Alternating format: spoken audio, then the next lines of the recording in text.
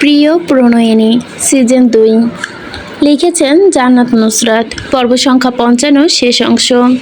16/9/2025। নাসির মঞ্জিলে যখন পা রাখলো সবাই, নাসির সাহেব ইরহামকে নিয়ে, তখন জানা গেল ওই বাড়ির সবাই পাড়ি জমিয়েছে নিজেদের ঠিকানায়। নাসির সাহেব তপ্ত শ্বাস ফেলেন, ইসরাতের দিকে তাকালেন প্রশ্নোত্তর চোখে। তখন সে বলল, আমি জানতাম আজ যাবে ওরা। নাসির সাহেব জিজ্ঞাসা করলেন, তোমাকে বলে গিয়েছে? ইসরাত চেপে গেল কথা, মাথা দুলিয়ে জানান দিল তাকে, জানিয়ে গেছে আজ যাবে। এমন ভান করলো যেন কিছু হয়নি তাদের ভেতর। 9/10/2025। সবার দিনকাল চলছে আগের মতো, শুধু ইসরাতের জীবন আটকে আছে কোথাও একটা। প্রতিদিন সন্ধ্যাবেলা নিয়ম করে একবার মন ভর হয় তার। সেই মন ভর হওয়ার কারণ সে জানে, তবুও মানতে চায় না। সেই দিন হাসপাতাল থেকে ফিরে আসার পর থেকে নুসরাত আশ্চর্য রকম ঠান্ডা হয়ে গেছে। সে যেন আলাদা এক নুসরাত। সে হাসে কম, কথা বলে কম। কপালের 4-5টা গাঢ় দাগ তাকে সবসময় দৃঢ় করে। নাসির সাহেব অবর্তমানে নিজে যোগ দিয়েছে শোরুমের অস্থায়ী সিইও হিসেবে। ডিসেম্বরের 15 তারিখ অফিসিয়ালি তাকে বরণ করে নেওয়া হবে সিইও হিসেবে। আজকাল অফিসে যায় নিয়ম করে, খাবারের রুটিনও তার হয় নিয়ম করে। অফিসে যাওয়ার 2 দিনের ভেতর সৈয়দ চয়েসের শোরুম থেকে সব পুরুষ এমপ্লয়িকে সে অন্য জায়গায় ট্রান্সফার করেছে। এখন ম্যানেজার হিসেবে জয়েন দিয়েছে রুবা নামক একটি মেয়ে। নুসরাত মেয়েটার কথা ইচ্ছে হলে কখনো কখনো বলে। নিজে যে ধরনের ব্রেসলেট হাতে পরে সেরকম ব্রেসলেট উপহার স্বরূপ রুবাকেও দিয়েছে, রুবার কাজে খুশি হয়ে। কারো জীবনে আটকে নেই। ইরহাম সৌরভী ভালো আছে। সৌরভী এখন নিয়ম করে সাইকোলজিস্টের কাছে যায়। ইরহামের সাথে ঝগড়া হয় না তার আর। ইরহাম খেয়াল রাখে সে নিয়ম করে খায় ঔষধ। ইরহামও তাকে খাওয়ায়। তারা এখন নাসির মঞ্জিলে। ইরহাম নিজের বাড়িতে যায় না, এ বাড়িতে যেতে তার ইচ্ছে হয় না। বৌমা ছেলেকে টেনে হিঁচড়েও নিয়ে যেতে চেয়েছিল, কিন্তু যায়নি তারা। পরে বলেছে আগের মতো থাকবে এখানে। প্রতিদিনই দিনলিপি লিখে রাখি আজকাল ইসরাত। অবসর সময় কাটানোর পদ্ধতি যেন এটা বেছে নিয়েছে সে। অনেক পূর্ব থেকেই লিখতে বসতে একটা দিনলিপি। কলম চালিয়ে আজকের তারিখ বসিয়ে দিল সে। অতঃপর লিখল 2/12/2025 বৃহস্পতিবার। আজ নুসরাতের ডিভোর্স পেপার সিগনেচার করার 90 দিন। হয়তো ডিভোর্স হয়ে গেছে তাদের। এতক্ষণে পৌঁছে গেছে ডিভোর্স পেপারটা কোর্টে। হয়তো কোর্টে থেকে তাদের ডিভোর্স পাকাপাকি হয়ে গেছে। আগামীকাল হয়তো নোটিশ চলে আসবে। 3/12/2025 শুক্রবার। আজ সকালে সিলেট সিটি কর্পোরেশন থেকে একজন লোক এসেছিল। কেন এসেছিল তা জানি না। চাচু বড় ভদ্রলোক। মেজো চাচুর সাথে আন্তরিকতা ছিল না কোথায়। তুই তোকারি করেই দুজনে কথা বলছিলেন। এর আগে এই লোককে এই বাড়িতে এসেছে বলে মনে হয় না। ভদ্রলোক চাচুর বন্ধু যে তা বই কি, বৌমা করেই বলছিলেন। আর তিনি সিটি কর্পোরেশনের কাজই করেন। তারা কিছু আলোচনা করছিল। আমাকে দেখেনি। আমি যে দূর থেকে তাদের কথা শুনতে পারছি সেটাও না। যখন এগিয়ে গেলাম ততক্ষণে কথা প্রায় শেষ। শুধু এটুকুই শুনেছি, ওরা যে পেপারে সিগনেচার করেছিল ওটা কিসের পেপার ছিল। চাচু বললেন, ওপরে টাইটেল ঠিক ছিল কিভাবে? টাইটেলে আমি লিখেছিলাম, আমি এই মর্মে সাক্ষ্য করতেছি যে আগামী 5 বছরের পূর্বে তোমাকে আমি ছাড়ছি না। আমার সকল সম্পত্তি তোমার নামে আমি লিখে দিয়েছি। এসবই লেখা ছিল। পেপারটা ওরা পড়েছিল না পড়েনি, রাগে ক্ষোভে অন্ধ হয়ে সাইন করেছিল দুজন। তুই পেপারটা কোথা থেকে পেয়েছিস?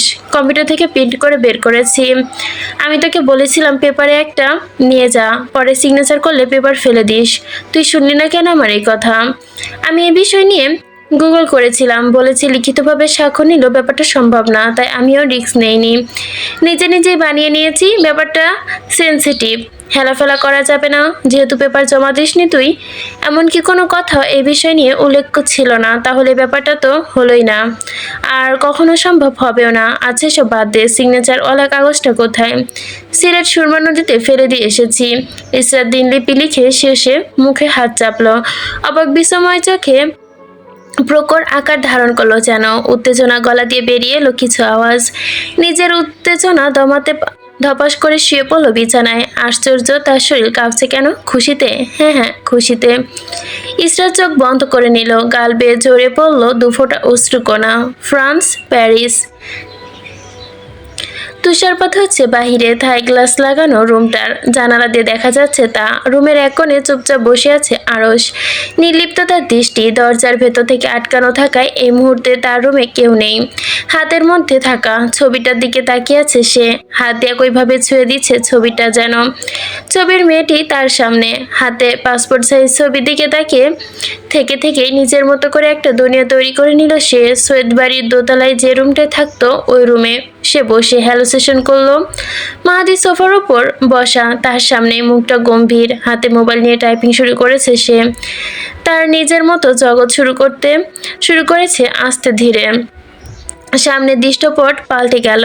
দৃশ্যপটে নুসরাত আর মাহাদি আছে। আরশ ছোটখাটো মেসেজ পাঠাচ্ছে নুসরাতকে বহুক্ষণ পূর্বেই। বর্তমানটুকু টুককে ডোর ফ্রেন্ডস কিস করলে কোনো সমস্যা হবে না তো নুসরাত? সেই অতীতের কথাটি তার বারবার মনে পড়ছে। মেসেজটা লেখা শেষে মোবাইলটা ফেলে রাখলো হাতে হাতে। অনেক দূরে, 1 সেকেন্ড, 2 সেকেন্ড, 3 সেকেন্ড কাটলো অনেক সময়, স্পর্শ করলো মিনিটের কাঁটায়। তবুও মেসেজের রিপ্লাই আসলো না। আরশ অধৈর্য হয়ে তাকে আবারও মোবাইল তুলে নিল। সরুনো যে অনেকক্ষণ যাবৎ পর্যবেক্ষণ করলো, দেখলো মেসেজটা গিয়েছে, অনলাইনে মেয়েটা আছে। তারপর তার মেসেজের রিপ্লাই কেন দিচ্ছে না? কপালে ভাঁজ পড়লো। তাকে কি ইগনোর করছে? আরশ হেলাল কি ইগনোর করছে? কত বড় কলিজ ওই মেয়ের! মোবাইল চোখের সামনে তুলে তাকিয়ে রইল আরো 2 মিনিট। ধৈর্য আর কুলায় না, ঢিলে মেরে মোবাইলটা ফেলে দেওয়ার জন্য শূন্য তুলতেই মাহাদি পেছন থেকে ভারবেগ শূন্য কণ্ঠে বলে উঠল, গত 1 মাসে মোট 8টা মোবাইল ডিসমিস হয়েছে। এটা 9 নাম্বার। ভেবেচিন্তে কাজটা কর আরশ ভাই। মাহাদি দুষ্টুমি মাখা হাসি রেখে মোবাইল আর নিচে ফেলা হলো না। আরশের অবহেলায় নিয়ে ফেলে রাখলো মোবাইল বিছানার ওপর। মেসেজটা এই ঝুলে রইল চোখের পলকে। 12 ঘন্টা পার হলো। আরশ রাগলো ভীষণ মানে ভীষণই। মেসেজের রিপ্লাই না আসায় 12 ঘন্টা পার হয়ে 13 ঘন্টার সময় গড়াতেই মেসেজের রিপ্লাই আসলো, জি কোনো সমস্যা নেই, আপনি কিস করতে পারেন। কিন্তু বাকিটিকু লিখলো না। আরও সেবার ভাবলো সিন করবে না, কিন্তু জানার আগ্রহে ঝটপট জিজ্ঞাসা করলো। কিছুক্ষণ পূর্বে রাগের এক প্রকার মনে মনে দীর্ঘশ্বাস পেল যেন সে। নুসরাত মেসেজ দিয়ে আগামী 24 ঘন্টার আগে দেখবে না, কিন্তু 1 সেকেন্ডের ভেতরে সিন করে বসলো সে। উত্তর লেখা হয়ে গেছে এরই মধ্যে। কিন্তু কি? আপনি কিভাবে জানলেন ফ্রেঞ্চ কিস কিভাবে করতে হয়? আগে থেকে অভিজ্ঞ নাকি? এই বিয়ে পড়ার পরে কাউকে করেছিলেন নাকি কখনো? আরশ উত্তর লিখলো, করলেই বা কি? এবার বল, কিস করা যাবে? নুসরাত বাংলা শব্দে লিখলো, আয়শালা, করে দেখা যাক। ঠোঁট সেলাই করে দিব? আমাকে তো চিনিস না, আমি কোন হালার জল্লাদ মহিলা। আরশ বুঝতে পারলো না, কিছুক্ষণ চেয়ে থেকে লিখলো, কি লিখছিস বুঝিনি। লিখছি 2 মিলিয়ন দিলে ফ্রেঞ্চ কিস করতে দিব, রাজি থাকলে অ্যারেঞ্জমেন্ট, আর না থাকলে যেতে পারি। তুই তুই টাকার জন্য কিস করবি? নুসরাত অহংকার নিয়ে লিখলো, আমার টাকার জন্য নিজের কোড গ্রুস্ট্রিট বিক্রি করে দিতে পারি। হিহি, আপনি আমারে চিনেন না আরশ ভাই। লেখাগুলো একটু আটকাচ্ছি, কারণ হচ্ছে এগুলো উনি বাংলাটাকে ইংলিশ করে করে লিখছে। এই কথাটা তার পছন্দ হলো না। এই গালে হাত ঠেকিয়ে চেঞ্জ করলো, নিজে নিজেই বসিয়ে দিল, জি আরশ ভাই, আপনি যে কাউকে যে কোনো সময় যে কোনো জায়গায় আপনার ইচ্ছা হলেই আমাকে ইস করতে পারেন, টাকা দিতে হবে না। এরপর শ্বাস ফেলল সে। রং বেরঙের প্রজাপতি উড়াউড়ি করতে লাগলো যেন স্বপ্নের জগতে। পা ছড়িয়ে বসে থেকে হাসলো পাগলের মতো। হাতের মুঠোয় থাকা নুসরাতের ছোট্টবেলার ছবিটা, চুলগুলো উড়ছে উত্তাল হাওয়ায়। হাত দিয়ে সেগুলো মুখের ওপর থেকে সরানোর চেষ্টা করলো, সরে গেল চুলগুলো। আরশ তা দেখে হাসলো। ছবির ভেতরে হাসি হাসি মুখটা দেখে নিজেও হাসলো। ঘরবন্দি হয়ে বসে আছে আরশ। খাবার দাবার ঠিক মতো খায় না সে, কারণে অকারণে হাসে। লিপি বেগম এটা নিয়ে চিন্তিত ভীষণ। ছোটবেলা থেকেই ছেলের এই অবস্থা মেনে নিতে পারছে না কোনোভাবে।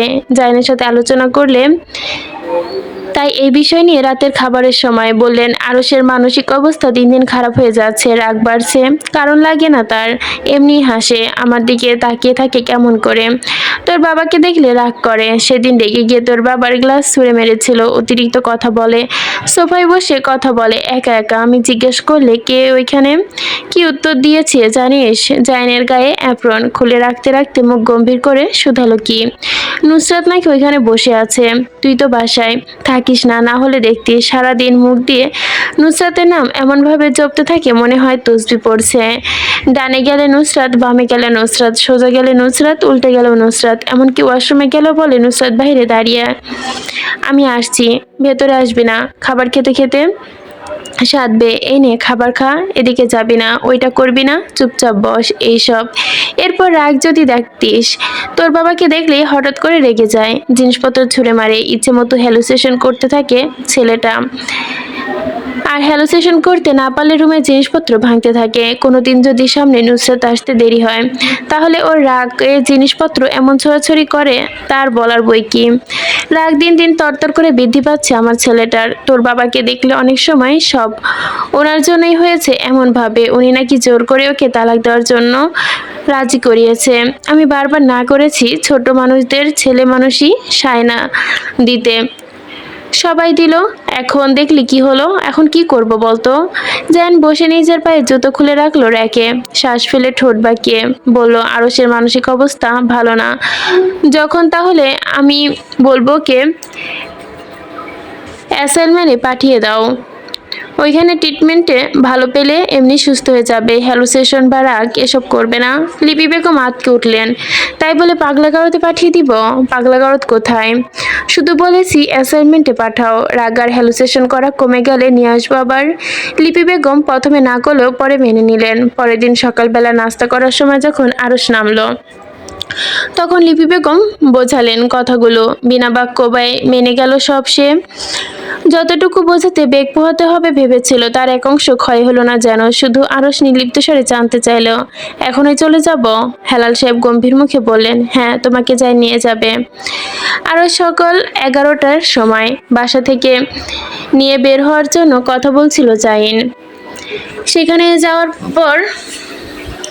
জন্য পরল ক্যালভিন ক্লাইটের সিকে লেখা ওভারসাইজ হুডি আর ডেনিম প্যান্ট।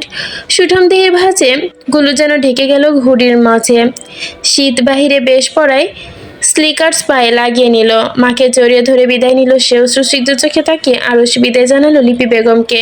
কাঁদলেন ছেলের মুখে তাকিয়ে তিনিও, দুহাতে আজলায় আভাব আদরে মুখের ভেতরে টেনে নিলেন যেন। আকৃতির ধরা মুখটা কাছে নিয়ে চুমু খেলেন, চেয়ে রইলেন অধিক উজ্জ্বল শ্যামবর্ণের রঙের রাজপুত্রের নয় চেহারার দিকে। মিষ্টি মুখটার দিকে তাকিয়ে কেউ বলবে না ছেলেটা অসুস্থ। কি ভদ্র সভ্য হয়ে চুল সেট করে যাচ্ছে, মোবাইল ওয়ালেট সব বাসায় রেখে যেতে হচ্ছে তাকে। ছেলেটার দিকে অপলক তাকিয়ে রইলেন, না চাইলেও বিদায় জানাতে হলো ছেলেকে লিপি বেগমকে। স্বাভাবিক ভঙ্গিতে সফট ড্রিঙ্কস ফ্রিজ থেকে বের করে চুমুক বসালো আরশ। বাবার সাথে যেতে যেতে কোলাকুলি করলো, যেন বেড়াতে যাচ্ছে সে। পেট ভরে খেয়ে দে, আবারও মাকে বিদায় জানালো, তাড়াতাড়ি ফিরবো আম্মা, আমাকে ছাড়া ভালো থেকেও কদিন, আসছি। ছেলের দিকে তাকিয়ে না চাইতেও কেঁদে ফেললেন ভদ্রমহিলা, হাত নাড়িয়ে বিদায় জানালেন। থাই গ্লাসের অপর থেকে দুটো অশ্রুসিক্ত চোখ দেখলো যেন। পার করা গাড়ি বের করে নিয়ে যাচ্ছে জাহিন। আরশ লাফিয়ে গাড়িতে চড়ে বসে জানালার দিকে, তারপর মাথা বের করে আবারও বিদায় জানালো হাত নাড়িয়ে মাকে। গাড়ি চলতে লাগলো নিজের মতো। আরও দীর্ঘ সময় চুপ করেছিল, একবার ঘাড় ঘুরিয়ে তাকালো না ভাইয়ের দিকে। হাসলো দাঁত বের করে, বিপরীতে জাইনও হাসলো। ইসরাতের সাথে ঝগড়া হয়েছে তোমার? না। উত্তর ভেসে এলো জাইনের কাছ থেকে। আরো শেষে ফেললো ভাইয়ের কথায়, বলল, ভালো ঝগড়া না হলে, কিন্তু আমি শুনেছি তোমরা ঝগড়া করেছো। গলা নিচে নামলো জাইনের, ভীষণ ভেতরের খবর বলছে যেন সে। আমার বড় ভাইয়ের স্ত্রী ইসরাত বলেছে তার স্বামীকে জুতা পেটা করবে, সেটা জানো তুমি? আরশের কথায় জাইন গম্ভীর কণ্ঠে বলল, তুই বেশি কথা বলছিস আজ, চুপ করে বস। আরশ শুনলো না, চুপ করে বসলো না। হঠাৎ করে নুসরাতের মুখে চোখের সামনে ভেসে আসলো, দাঁত কেলিয়ে ডাকলো, আরশ ভাই বলে তখনকার একটা কথা মনে পড়তে হেসে ফেললো। জাইন তাকালো তার দিকে, জিজ্ঞাসা করলো, হাসছিস কেন? প্রশ্নের উত্তর দেওয়ার তাড়া পেল না যেন আরশ। দুহাত মাথার নিচে দিয়ে ঘুমহীন রাত কাটানো রক্তিম হয়ে আসা দুটো চোখ, এলোমেলো হয়ে যাওয়া চুলগুলো হাত বুলিয়ে গুনিয়ে গুনিয়ে গেল সে আলতো ছোঁয়ায় চোখের পাতায়।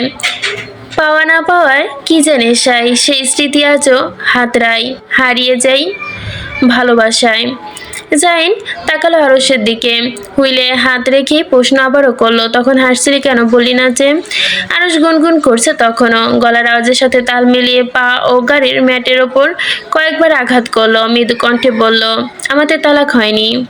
জাইন আরশের দিকে তাকালো, ঘাড় বাঁকিয়ে, মুখ গম্ভীর জনে বলল, হয়েছে না হয়নি।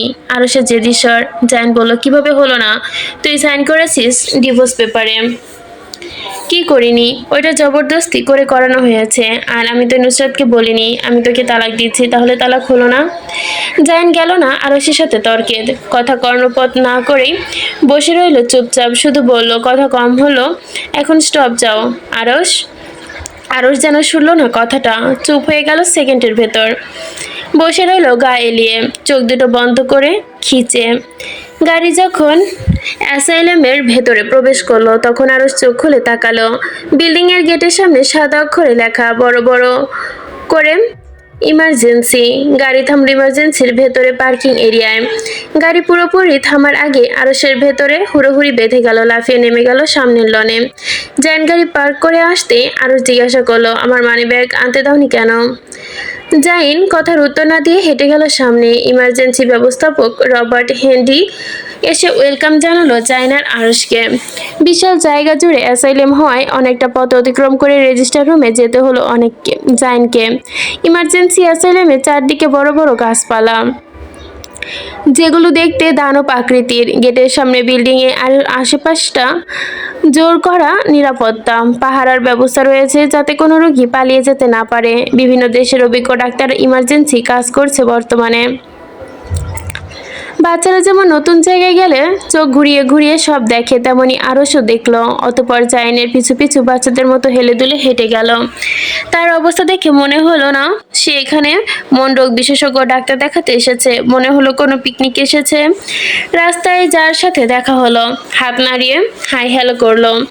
জাইন ভর্তির ফর্মালিটি পূরণ করলো, রেজিস্টারে আরশের নাম তুলে দিয়ে ঘণ্টাখানিক পর ব্যবস্থাপকের রুম থেকে বের হলো। অ্যাসাইলমেন্টের ব্যবস্থাপক রবার্ট হেনরি জানালেন, আরশের রুম দোতলায়, আজ থেকে আগামী 6 মাস এখানে সে থাকবে। রুমটা মাঝারি আকৃতির, ক্ষণে ক্ষণে বাতাস বইছে, এসে ছুঁয়ে দিচ্ছে আসবাবপত্রকে। একটা থাই আছে, মাঝারি আকৃতির একটা থাই গ্লাস, একটা বেড, একটা কফি মেকার, একটা ওয়াশরুম, একটা টেবিল চেয়ার আর বই পড়ার সেলফ। এখানে ম্যাগাজিন, কমিক বুকস, পড়ার বই সহ নানা ধরনের বই রাখা হয়েছে। রুমের সাথে লম্বা একটা বেলকনিও আছে, কয়েকটা প্ল্যান্ট রাখা। ঘরের রং থেকে শুরু করে আসবাবপত্র সবকিছুই সাদা। অ্যাসাইনমেন্টে কারো ব্যবস্থা আছে, যেমন খাবার রুম প্রতিটা তলার একটি করে, সবার কাপড় একই ধরনের, করা কিছু নির্দেশনাবলী, যেমন খাবার সময় খাবার খেতে হবে, অ্যাসাইনমেন্টের নির্দিষ্ট কাপড় ছাড়া আর কোনো কাপড় পরতে পারবে না, নিজের কাছে কোনো laptop, mobile, airdrop, computer, gaming device, এমনকি কোনো ধরনের কলিং ডিভাইসও থাকবে না। জাইন আরশকে সব বুঝিয়ে দিয়ে যেতে যেতে জানালো সে সামনের সপ্তাহে আসবে এখানে ভিজিটে। 6 মাস তাকে এখানে রেখে ট্রেনিং দেওয়া হবে কিভাবে রাগ কমানো যায়। জাইন বলল, আমি সামনের সপ্তাহ আসবো। আরশের উত্তর তখন ছিল, আসার প্রয়োজন নেই, আমি তবু আসবো। আসলে আমি তোমার সাথে দেখা করব না, দেখা না করলেও আমি করব, তবু আমি আসবো। জাইন দরজার দিকে আগ্রহ নিয়ে তাকালো। হঠাৎই কি মনে হতে পা থেমে গেল। সপ্তাহ পার হলে একবার আম্মুকে কল করে নিস, তোকে নিয়ে অনেক চিন্তিত থাকবে সে। কথা শেষ করে জাইন ভাইয়ের দিকে তাকিয়ে মিষ্টি হাসলো।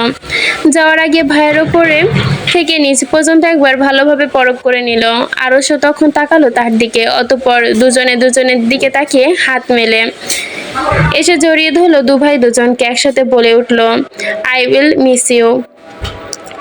আজ স্বাভাবিকভাবে দিন কেটেছে আরশের। এখন পর্যন্ত চেঁচায়নি সে, এমনকি হ্যালুসিনেশন করেনি। নুসরাত আজ আসেনি তার সামনে, এখন পর্যন্ত বেইমানি করছে মেয়েটা।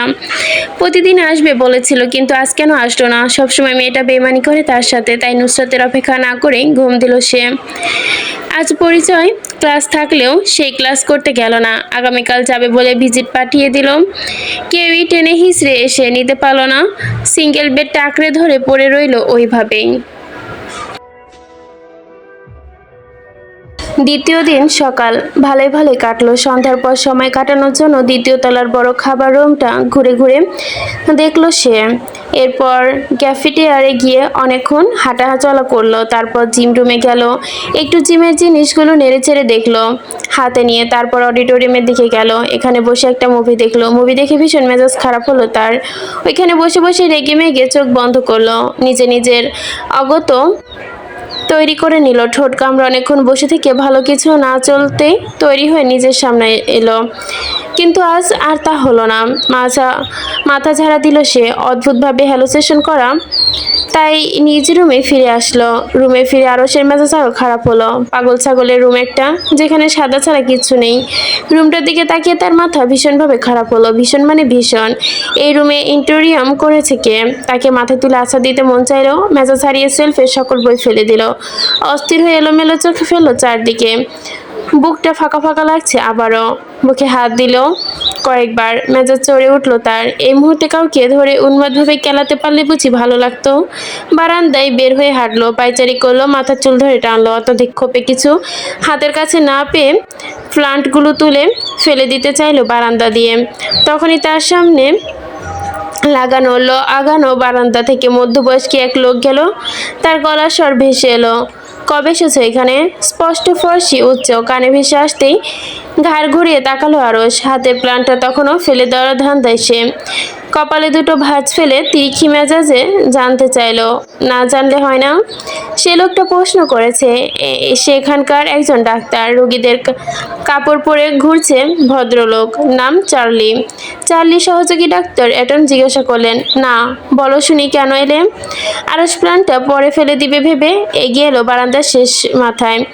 জিভ দিয়ে গলা ঠেলে নিয়ে বলল, ঘরের মানুষের কে আমি হ্যালুসিনেশন করছি, তা নিয়ে আপনার কি সমস্যা? আমি হাসছি কেন বেশি, তা নিয়ে সমস্যা? তা আমি পাগল বলে এখানে এনে ভরে রেখে গেছে। চার্লি জিজ্ঞাসা করলো, কে ভরে রেখে গিয়েছে? আমার বইয়ের ভাসুর। আরশের কথা শুনে মজা পেল যেন। বয়স্ক লোক একজন, ইমার্জেন্সি রোগী হয়েছে 2 মাস পূর্বে। প্রশ্ন করলেন, বিয়ে করে ফেলেছে বয়সে? বয়স কত তোমার? আরশ নিজের দিকে আঙ্গুল তুলে জিজ্ঞাসা করলো, আমার? সবাই মাথা দোলালো, বলল 26 হয়েছে 3 মাস আগে। চার্লি ভুরু কুঁচকে বলল, বিয়ে কবে করেছো? 13 বছর আগে। এরপর প্রশ্ন ছুড়ে দিল, কে বিয়ে দিয়েছে তোমার? আজমল আলী বিয়ে দিয়েছে। আজমল আলী কে? আমার দাদা। তোমার বউ তোমার পূর্ব পরিচিত ছিল? আমার কাজিন ছিল। সবার মাথা দোলালো যেন। এবার বুঝতে পারছে ঘটনা কি। একে একে সবাই দলবদ্ধ হয়ে চেয়ার টেনে বসলো যেন আরশের মুখোমুখি। সবাই একইভাবে ঘুরিয়ে পেঁচিয়ে জিজ্ঞাসা করছে, আছে নাকি গেছে? মাঝখানে মানে? তালাক দিয়েছো সিগনেচার করে? মন থেকে দেয়নি। মুখ দিয়ে না দিলে কি তালাক হয় নাকি? তালাক হয়নি, মাঝখানে আটকে আছে। আরশের কথায় হাসলো সবাই। অ্যাটম বলল, বিস্তারিত কাহিনী বলো তো। আরো শিয়ালি করে বলল, বিস্তারিত জানতে হবে না, না জানলেও হয় না। সবাই চুপ করে উত্তর দিল না। বলার জন্যই তো বলেছি, বলো। আরশ রুম থেকে চেয়ার টেনে এনে বসলো বারান্দায়। বলল, বুড়ো আজমল আমার বউয়ের সাথে আমার বিয়ে দিয়েছে। আমরা রাজি ছিলাম না কেউই, তারপরও বিয়ে দিয়েছিল। লাইফ ফোর্স ম্যারেজ আর কি, যাকে বলে। এরপর ফ্রান্স চলে আসলাম আমরা। আসার পর আর বউ আমি দেখিনি। 13 বছর পর বুড়ো আজমলের বউ অসুস্থ হলো। লাস্ট মিনিটে শ্বাস নিচ্ছে, ওই সময় আম্মার জন্য দেশে গেলাম। যাওয়ার পর বউয়ের সাথে প্রথম দিন দেখা হলো আমার। বলল বিবাহিত আমাকে, তো শেষ। এরপর থেকে আমাদের নিয়ম করে দেখা হলো। আমার বউ যে সেই ছোটবেলায় খুব বেশি কথা বলতো না, এখন এত বেশি কথা বলে যে আমার মাথা ঘুরে যাবে। জোর করে আমাদের বিয়ে দিল বুড়োটা, আবার দেশে নিয়ে গেল জোর করে, ডিভোর্স করিয়ে দিল আজমলের ছেলে। দুইবার দেশে গিয়েছি, দুইবারও আমার সাথে একটা না একটা নাটক হয়েছে। বয়স্ক লোকটার প্রশ্নটির আওয়াজ ভেসে এলো আরসের কানে। তোমার বউ দেখতে কেমন, অনেক সুন্দরী নাকি? সে আরস প্রশ্নের উত্তর দিতে গিয়েও থেমে গেল, নিশ্চুপ বসে রইল রেঙ্গিরে ধরে। এক পলক তাকালো সম্মুখে, সবাই তার কথা শোনার জন্য অপেক্ষা করছে।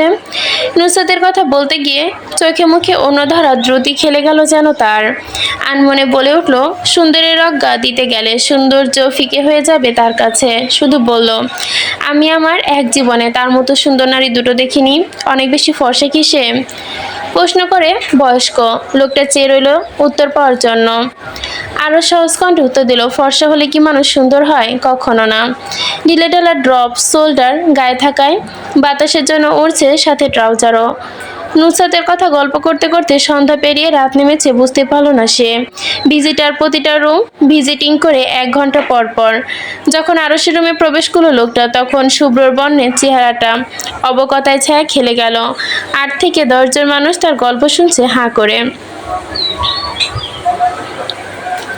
আর সে একটা মেয়ের কথা বলতে বলতে হাসছে, একের পর এক গল্প বলছে। মেয়েটা হাসে কিভাবে, কথা বলে কিভাবে, মুখের আকার ধরন কাঠামো কতটা তিল মুখে, চোখের পাতা ফেলে কিভাবে, A to Z সমস্ত গড়গড়িয়ে বলে যাচ্ছে ছেলেটা। অত্যাধিক রাগের জন্য ছেলেটাকে ভর্তি করা হয়েছে ইমার্জেন্সিতে। সেই ছেলেটার ভিজিটরের নিকট মনে হলো শুধু অতিরিক্ত রাগ না, ছেলেটা আজ তো পাগল হয়ে গেছে।